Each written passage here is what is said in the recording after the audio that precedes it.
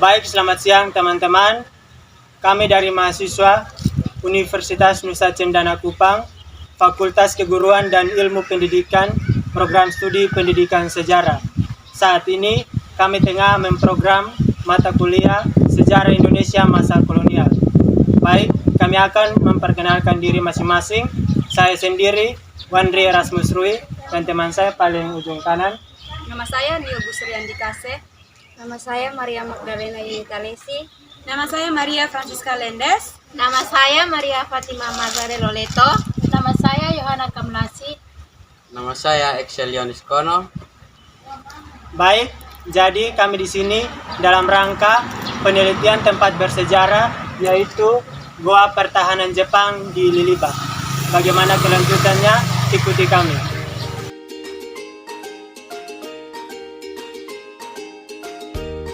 Jadi kami saat ini sedang dalam perjalanan untuk menuju ke Gua Pertahanan Jepang. Jadi sebelum itu kami menggunakan motor, namun dikarenakan motor tidak dapat masuk ke jalan ini, kami harus berjalan kaki. Jadi teman-teman saksikan terus. Jepang masuk di Pulau Timor pada tanggal 19 Februari tahun 1942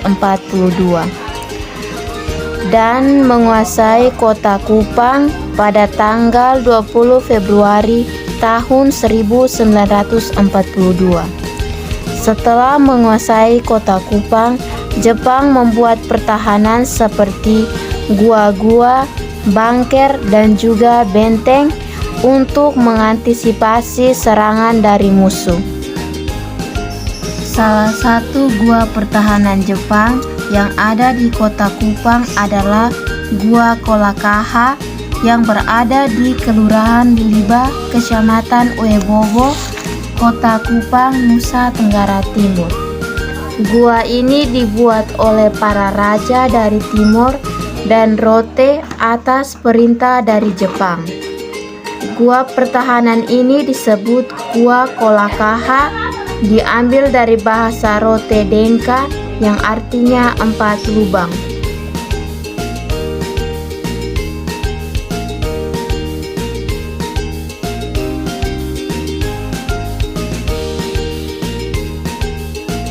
Baik teman-teman, saat ini kami sedang menuju ke dalam lubang yang pertama. Jadi teman-teman bisa lihat bahwa kondisi lubang pertama dilihat lebih luas dibandingkan dengan kondisi lubang-lubang yang kedua, ketiga, dan keempat nantinya. Teman-teman bisa dilihat, mari ikuti saya. Kondisinya lebih curam karena teman-teman harus turun dengan hati-hati karena tanah yang ada tidak kokoh seperti dulu lagi.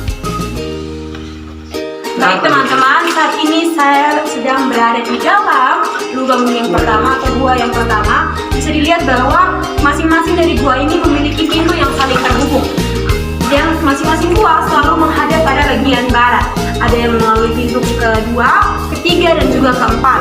Namun belum bisa kami ketahui bahwa ada beberapa kondisi pintu yang sudah tertutup saat ini diakibatkan dengan kondisi yang diakibatkan oleh Seroja pada beberapa tahun yang lalu.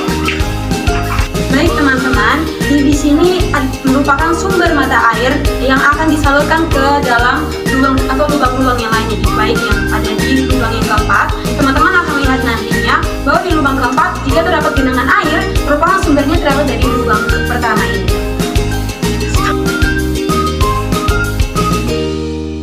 Oke teman-teman, jadi sekarang kami sudah berada di gua kedua, dan gua kedua ini berdekatan langsung dengan gua pertama. Dan ini teman-teman bisa lihat secara langsung di sini gua kedua sudah tertimbun dengan tanah akibat peristiwa Seroja beberapa tahun yang lalu. Ini teman-teman bisa lihat.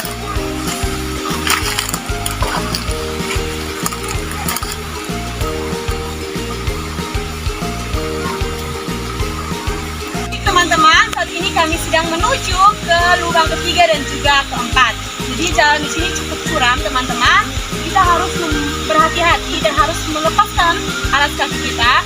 Dan jalan yang ada ini dibangun oleh masyarakat setempat untuk mengantisipasi dari kejadian Seroja beberapa tahun yang lalu. Jadi teman-teman, tetap perhatikan video kami.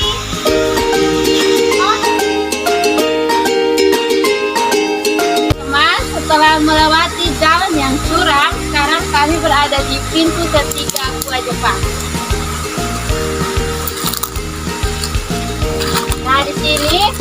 ada beberapa tempat penyimpanan lampu.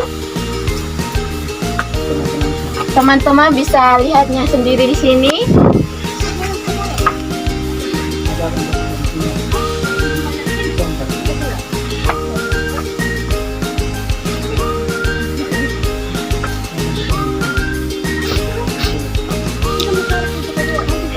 Nah, jadi teman-teman, ini sebagai tempat beristirahatnya para tentara untuk melindungi diri dari serangan musuh. Dan seperti penjelasan tadi, di sini ada tempat menyimpan lampu. Di sini ada untuk menerangi sekitaran gua, karena di malam hari gua sangat gelap.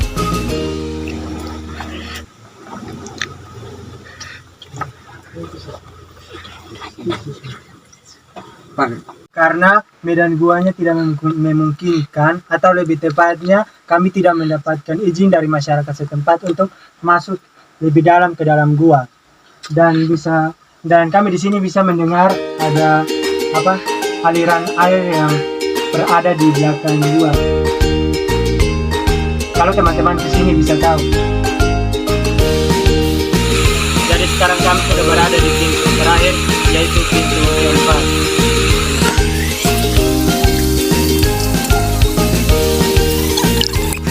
Jadi di pintu keempat ini terdapat mata air yang merupakan mata air yang terhubung dari pintu pertama teman-teman, kemudian secara langsung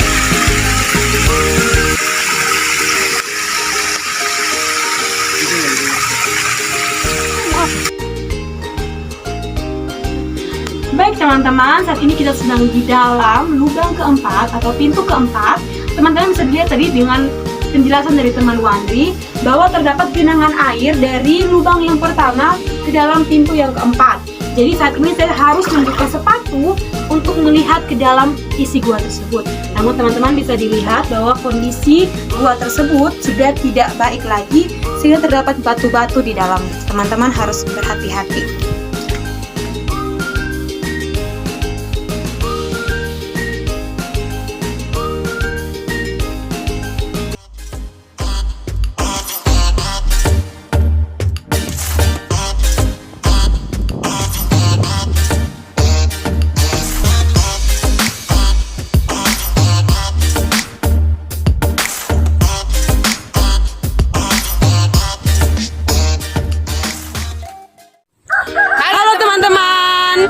Sekarang kami berada di situs Tugu Jepang yang terletak di Kelurahan Penfui, Kecamatan Maulafa, Kota Kupang, Nusa Tenggara Timur.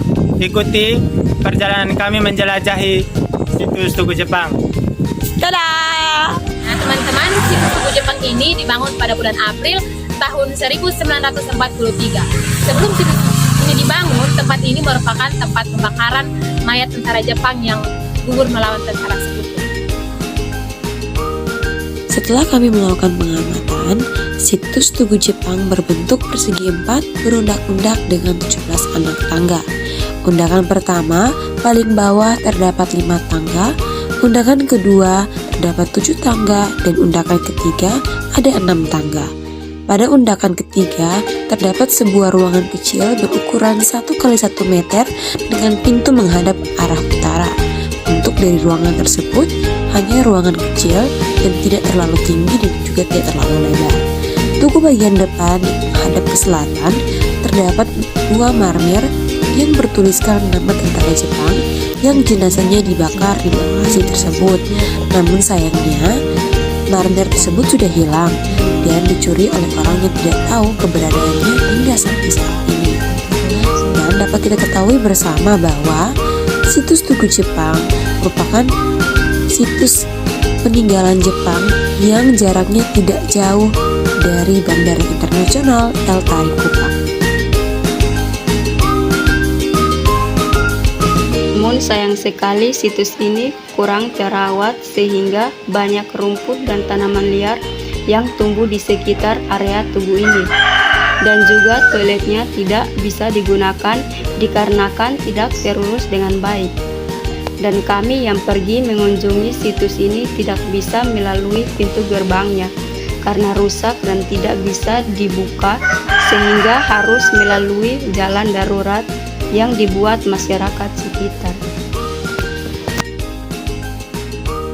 Ada berbagai cerita mistis dari warga sekitar Tugu Jepang di kota Kupang.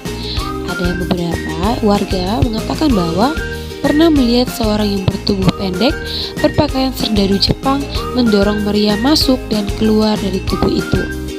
Seringkali juga terdengar seperti hentakan kaki yang menggunakan sepatu Lars yang dianggap masyarakat bahwa arwah pasukan Jepang yang sedang baris berbaris.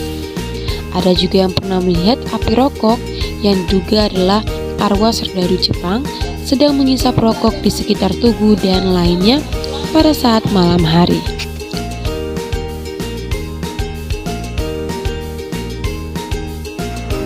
Demikian perjalanan kami menelusuri gua pertahanan Jepang yang berada di Liliba dan juga Tugu Jepang.